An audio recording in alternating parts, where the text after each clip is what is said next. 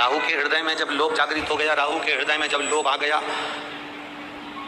क्योंकि जलंधर ने कहा कि राहु अगर पार्वती से मेरी शादी हो गई, पार्वती से मेरा विवाह हो गया, तो मेरा जो राज्य है, जलंधर कह रहा है मैं पूरा राज्य तुमको दे दूं।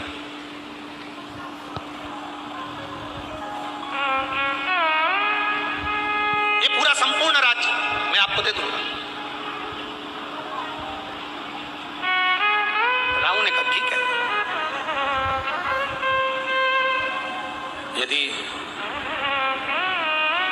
ये संपूर्ण राज्य मुझे मिल रहा है, संपूर्ण राज्य मुझे प्राप्त हो रहा है, ये संपूर्ण राज्य अगर मुझे मिल रहा है, तो मुझे विवाह का प्रस्ताव ले जाने में क्या दिक्कत है?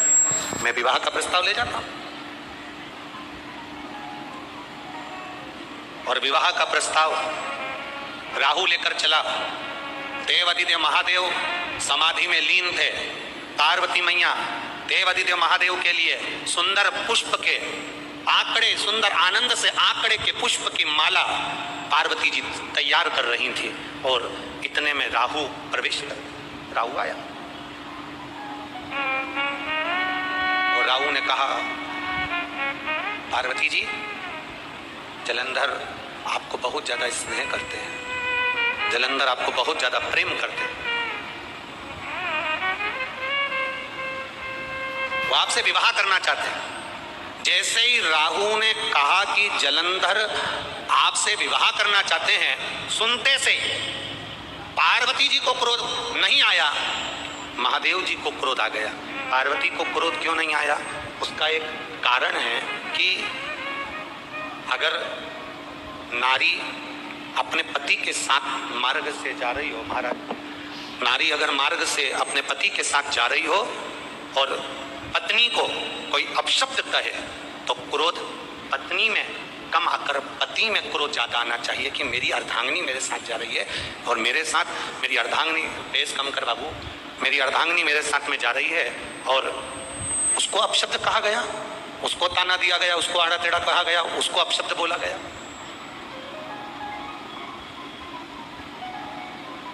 पहले तो एक हिम्मत बांधो,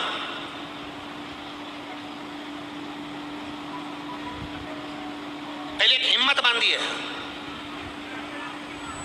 कि नारी, लोग कहते हैं कि अबला होती है, लोग कहते हैं नारी कमजोर होती है, पर शिव महापुराण ने एक बार भी नहीं कहा कि नारी अबला होती है, कि नारी कमजोर होती है। जब जब देवताओं पर भी आफत आती है तो माता पार्वती चंडी बनकर टूटमान हो जाती है। नारी ना कभी अबला होती है और ना नारी कभी कमजोर होती है।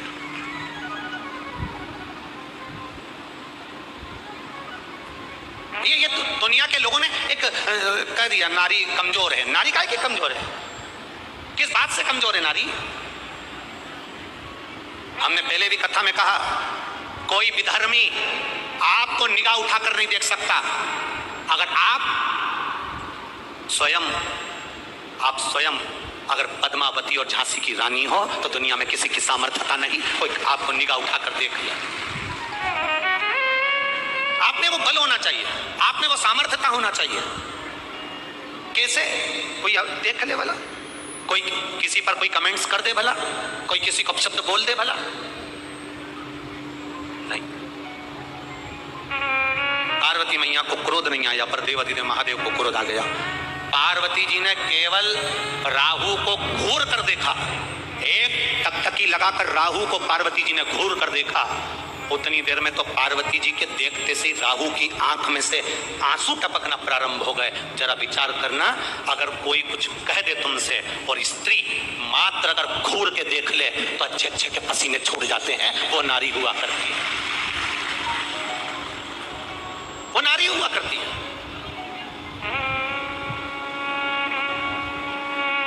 कभी कभी बड़ा एक बहुत विचित्र बात है, बहुत थोड़ा ध्यान देना हो।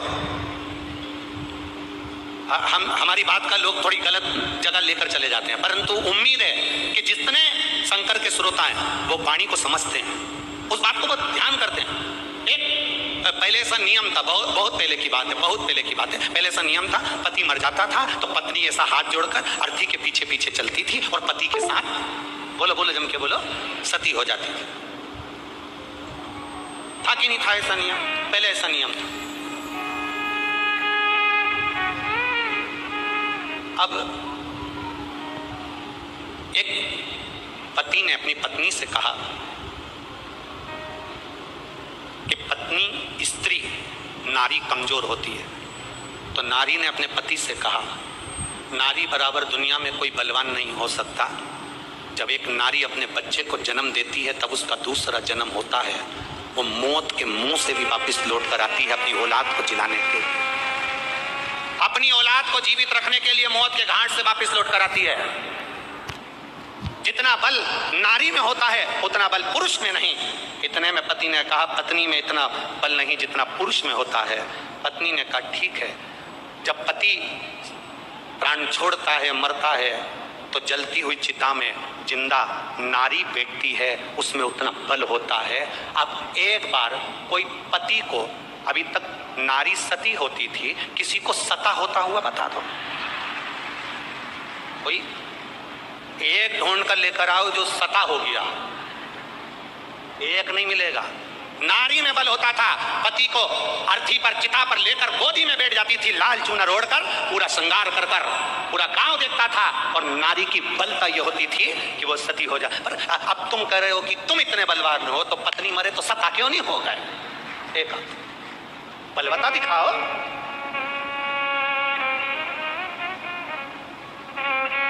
स्त्री कमजोर नहीं है, नारी कमजोर नहीं है। आज की बेटियों को देखकर, आज की नवयुवक पीढ़ी को देखकर, आज की बेटियों को देखकर तो हृदय से कहूंगा, मेरी बेटियां अब कमजोर नहीं हैं। अब भले कुछ भी हो, बेटियां कदम से कदम मिलकर चलना जानती है, कमजोर नहीं है मेरी बेटियां।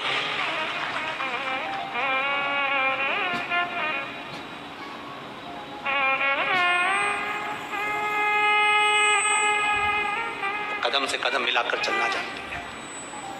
अब पार्वती जी ने केवल राहु को देखा और राहु की आंख में से आंसू बहने लगे। भगवान शंकर को क्रोध आ गया। इतना क्रोध देवादिदेव महादेव को आया, इतना क्रोध आया, इतना क्रोध आया कि क्रोध के कारण जैसे शंकर भगवान को क्रोध आया था और ब्रह्मा जी के समय पर नख से अपने पैर के अंगूठे के नख को तोड़ा और काल भैरव को प्रकट करा, काल भैरव से कहा कि ब्रह्मा का सिर काट दो, ऐसे ही शिव जी को जलंधर का विवाह प्रस्ताव जो राहु लेकर आया था उसको देखकर क्रोध आ गया। और इतना क्रोध मेरे महादेव को आया कि उनके क्रोध से एक गण प्रकट हो गया।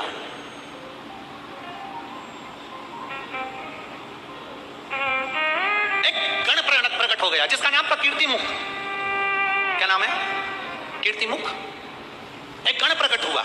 गण ने पूछा, मैं कौन? शंकर भगवान कहते हैं, जैसे मैंने काल भैरव को प्रकट करा था, तू किसी भैरव से कम नहीं है, तू किसी भैरव से कम नहीं है।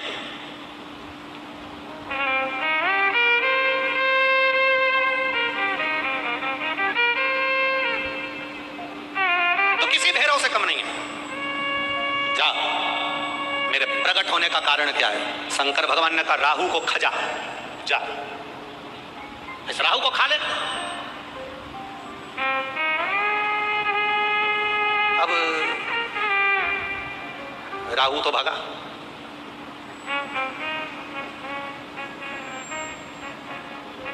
ये जो शादी के बीच में जो होते हैं ना, लड़का लड़की के बीच में जो होते हैं, रिश्तेदारों के बीच में जो होते हैं, थोड़ा सा भी संबंध खराब होता है ना तो सबसे वाले बीच में जो रहते हैं सबसे पहले भागते।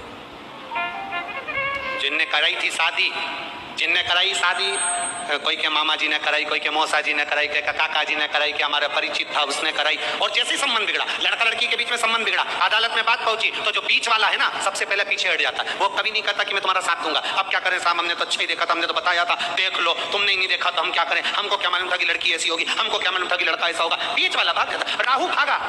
जलंधर और पार्वती के विवाह प्रस्ताव को जो लेकर आया था वो राहु भागा। अब पीछे पीछे कीर्तिमुख भागता गया। भागते भागते राहु जलंधर के पास पहुंचा। मेरे प्राण कैसे बचेंगे? जलंधर ने कहा, यहाँ से जा, अगर मुझे देख लिया तो मुझे खा जाएगा, चल यहाँ से। जलंधर ने भी भगा दिया। भागते भागते सब दूर गया। ब्रह्मा जी के पास में गया, इंद्र के पास गया, नारायण के पास गया, सब दूर जाकर आया, पर उसके प्राण बचाने वाला कोई नहीं था। उसके प्राण बचाने वाला कोई नहीं था। भागते भागते भागते भागते आखिरी में उसने देख लिया कि कोई प्राण नहीं बचा रहा। तब शंकर जी के एक शिवालय में जाकर बैठ गया। हाथ में जल का पात्र भरने के लिए पात्र भी नहीं था, हाथ की अंजलि में सरोवर के जल को भरा। हाथ की अंजलि से भी जल नीचे गिरने लगा। अपने तन का वस्त्र लेकर उसको जल में भिगोकर देवादिदेव महादेव को चढ़ाकर उनको प्रसन्न कर रहा था। तब शिव जी प्रसन्न हो गए, क्योंकि भोला तो भोला है। श्राप दिया था, मारने के लिए आतुर हुए थे। इतने में शंकर जी ने कहा, बोल राहु क्या चाहिए? राहु कहता है, कीर्ति मुख से बचा लीजिए, वो मुझे खा जाएगा, प्रभु रक्षा करिए। शंकर जी ने राहु को अपने जटा में छुपा लिया, जटा में छुपाया। जब जटा में छुपाया, इतनी देर में कीर्ति मुख आया। कीर्ति मुख ने कहा, भोलेनाथ राहु तुम्हारी जटा में छुपा है, उसको मुझे खाना है, बाहर निकालो। शंकर भगवान कहते हैं, अब उसे मत खा, मुझे प्रकट करा था राहु को खाने के लिए, भूख लग रही है, मैं किसको खाऊं? शंकर भगवान ने कहा, तू मेरा गण है, एक काम कर, भूख लग रही है, तू अपने आप को खा जा। कीर्ति मुख ने अपने हाथ पांव शरीर खाना चालू कर दिया। खाते खाते कीर्ति मुख पूरे शरीर को खा गया, केवल मुख बचा। तब शंकर भगवान से कहता है, मेरे मुख का क्या करूं? शिव जी कहते हैं, चिंता मत कर, तू मेरा गण है, मेरे कहने को तूने माना है, मेरे कहने पर तू अपना पूरा शरीर खा गया। तेरा ये मुख काल भैरव का एक स्वरूप कीर्ति मुख के नाम से रहेगा।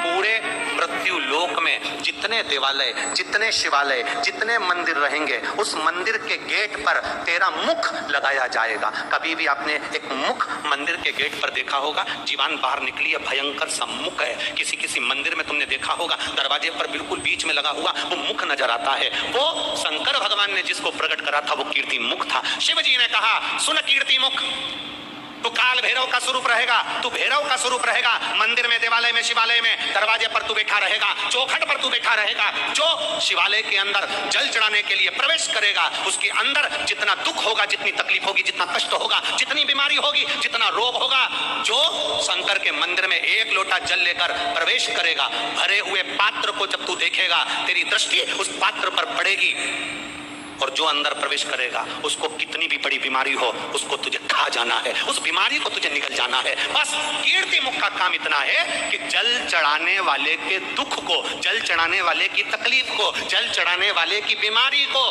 कीर्ति मुख उसको निगल जाता है, कीर्ति मुख उसको खा जाता है, उस बीमारी को समाप्त करता है। कई लोग कहते, गुरुजी ये आप कहते हो शंकर जी के मंदिर जाया करो, एक लोटा जल चढ़ाया करो, एक बेलपत्री का सेवन करा करो, इससे होता क्या है? इससे लोगों की बीमारियां समाप्त हो रही। इतने पत्र आते हैं, इतने लेटर आते हैं, ये जितने पत्र आते हैं हम सब यहीं छोड़ कर जाते हैं। आपके जितने जिसको अगर संशय हो, इन पत्रों को पढ़ना, और इनके ऊपर इनका mobile number, address, phone number सब लिखा, इनके घर चले जाओ। जिनको संशय हो वो जरूर जाए इनके घर। एक पत्र आया, देखिए,